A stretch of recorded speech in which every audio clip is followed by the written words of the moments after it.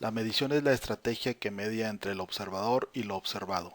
Es la tecnología con que el investigador interviene en un objeto, fenómeno o población para obtener de ellos nuevos aprendizajes o confirmar los ya adquiridos. Para Stevens, en 1946, indica que la medición es la asignación de números a objetos o eventos de acuerdo a ciertas reglas, por lo que en primera instancia acota que hay diversas escalas.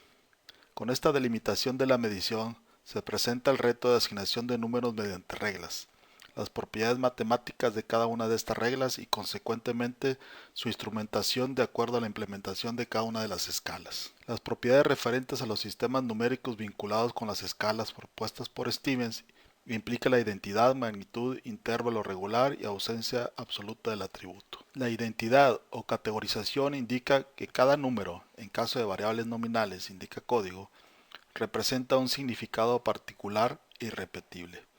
La magnitud indica que los números tienen un orden y ese orden es único, descendente o ascendente. Los intervalos refieren diferencias entre números en cualquier punto de la escala y su longitud es igual en todos ellos. Respecto a la ausencia de atributo, se indica que tiene el significado de nada o sin propiedad.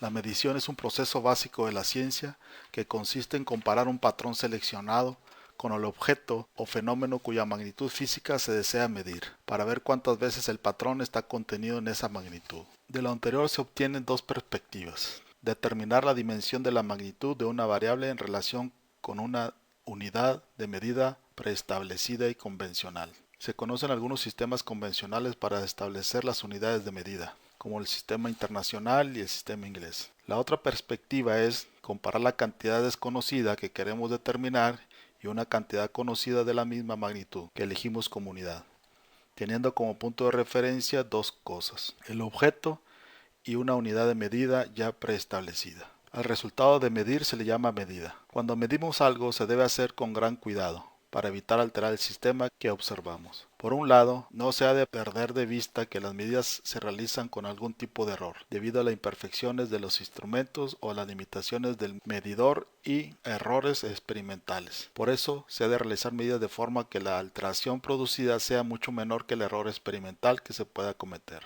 Unidades de medida. El patrón de medir se les llama unidades de medida. Debe cumplir con los siguientes requisitos o condiciones: ser inalterable, esto es, no ha de cambiar con el tiempo ni en función de quien realice la medida. Ser universal, es decir, utilizada por todos los países. Ha de ser fácilmente reproducible. Medida directa. La medida o medición es directa cuando se dispone de un instrumento de medida que la obtiene. La medida directa. La medida o medición es directa cuando se dispone de un instrumento de medida que la obtiene. De esta manera, medir la distancia de un punto A un punto B se dispone del instrumento que permite realizar la medida, esto es directa. Los errores en las medidas directas. El origen de los errores de medición es muy diverso, como se expone a continuación. Errores sistemáticos son los que se producen siempre. Suelen conservar la magnitud y el sentido. Se deben a desajustes del instrumento, desgastes, etc. Dan lugar a sesgos en las medidas. Errores aleatorios son los que se producen de un modo no regular, variando en magnitud y sentido en forma aleatoria. Son difíciles de prever y dan lugar a la falta de calidad de la medición. Error absoluto. El error absoluto de una medida es la diferencia entre el valor de la medida y el valor real de una magnitud. Error relativo. Es la relación que existe entre el error absoluto y la magnitud medida. Es adimensional y suele expresarse en porcentaje. Medidas reproducibles. Son aquellas que al efectuar una serie de comparaciones entre las mismas variables y el aparato de medida empleado, se obtienen siempre el mismo resultados. Por ejemplo, si se mide cualquier número de veces un lado de un escritorio, siempre se obtiene el mismo resultado. Medidas no reproducibles. Son aquellas que al efectuar una serie de comparaciones entre las mismas variables y el aparato de medida empleado, se obtienen distintos resultados cada vez. Un ejemplo sería determinar 20 veces el tiempo que tarda una canica en llegar al suelo, cuando se deja caer desde un mismo punto. Medida indirecta.